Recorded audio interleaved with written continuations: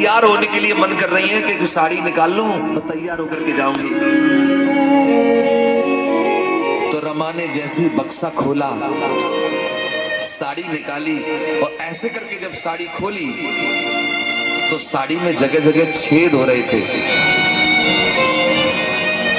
रमा की आंखों में साड़ी को देख करके आंसू आ गए। रमा सोचने लगी मेरे पति का मंच पर सम्मान होगा और ये फटी हुई साड़ी में पहन के जाऊंगी तो मेरे पति की बेइज्जती ना होगी। लेकिन मेरे पास तो एक अच्छी साड़ी नहीं है पहनने के लिए, मैं क्या पहन के जाऊं।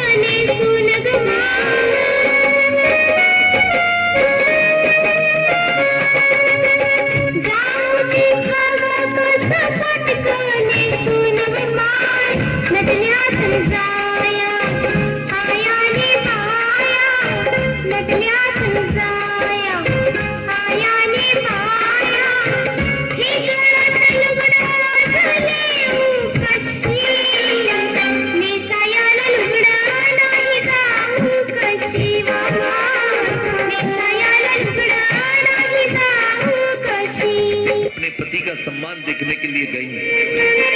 मंच बनाता काफी भीड़ थी, तो पत्नी कोई होगी तो पहली लाइन में ही तो बैठेगी, लेकिन रमा पहली लाइन में नहीं बैठी, पीछे भी नहीं बैठी रमा। वो पेड़ है ना, पेड़ के पीछे रमा जाकर के दूर से जाके छिप गई और वहीं से अपने पति को देख करके खुश होने लगी। बाबा साहब का मंच पे सम्मान हो रहा है। बाबा साहब जब मंच पर अपना भाषण दे रहे हैं तो बाबा साहब की आंखों ने अपनी पत्नी रमा को देख लिया। जब रमा को देख लिया तो बाबा साहब मंच से नीचे उतर के गए, जाकर के पास में पहुंचे तो देखा ऊपर से नीचे रमा के तन पे तो एक साड़ी नहीं है। रमा वो पगड़ी को, कपड़े को लपेट करके आई है। बाबा साहब ने अपनी पत्नी के हाथ अपने हाथों में ले लिए, कहने लगे बाबा साहब रमा मुझे माफ कर देना, मैं तुम्हारा बड़ा अभागा पति हूँ जो तुम्हें एक अच्छी सी साड़ी नहीं पहना पाया।